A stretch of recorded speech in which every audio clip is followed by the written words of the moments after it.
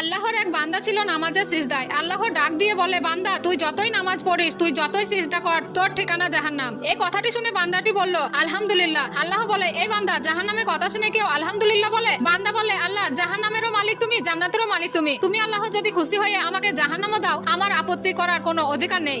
আল্লাহ বলে, বান্দা, জাহান্নামে গেলে তুই পুড়ে যাবি, তোর কষ্ট হবে। বান্দা বলে, আল্লাহ, কষ্ট শুধু আমার হবে না, তোমারও হবে। আল্লাহ বলে, তুই পড়বি জাহান্নামে, আমার কষ্ট হবে কেমন করে? বান্দা বলে, আল্লাহ, মায়ের কোলে সন্তান যদি পানিতে পড়ে যায়, তাহলে দুনিয়ার কোনো মা যেমন দূরে দাঁড়িয়ে থাকতে পারে না, দৌড়ে গিয়ে বাচ্চাকে কোলে নেয়, আমার বিশ্বাস ওই মায়ের চেয়ে কোটি কোটি গুণ দয়া তোমার বেশি। আমাকে জাহান্নামে দিয়ে তুমি আল্লাহ শান্তি পাবে না। আল্লাহ বলে, বান্দা, তুই এই দলিল পেলি কোথায়? বান্দা বলে, আল্লাহ, আমাদের জাতির পিতা ইব্রাহিম আলাইহিস সালাম তোমার প্রেম বুকে নিয়ে যখন নমরুদের চুলায় পড়ে গেল, তার আগেই তুমি বলে দিলে, কুলনা ইয়া নারুকুনি বারদাও ওয়া সালামুন আলা ইব্রাহিম। আমার দিকে তাকিয়ে দেখো, আমার কলিজা ভরে শুধু তুমি আছো, আর অন্য কারো জায়গা নাই। আল্লাহ বলে, বান্দা, আমার প্রেমের ভক্তি নিয়ে যদি কেউ জাহান্নামেও যায়, আমি জাহান্নামকে